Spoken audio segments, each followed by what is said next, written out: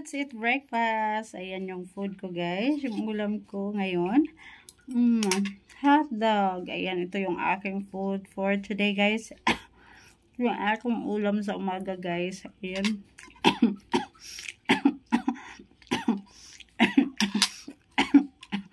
Ayan, guys. Gulanan naman akong inubom. Ayan, ito yung aking food, guys. Yung ating hotdog. Ang sarap nito sa loob, guys. Kasi, mas cheesy siya.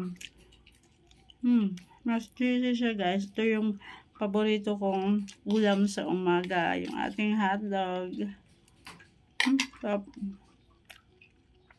Ano po? Hotdog. Sarap.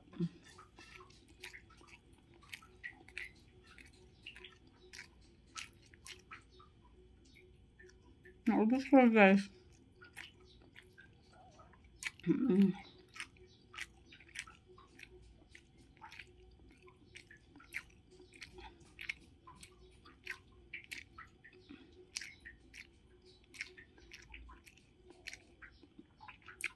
Sarap ng ating hotdog, guys. Talagang minanamin ko yung sarap niya. Yung cheese niya sa loob, guys. Ang sarap.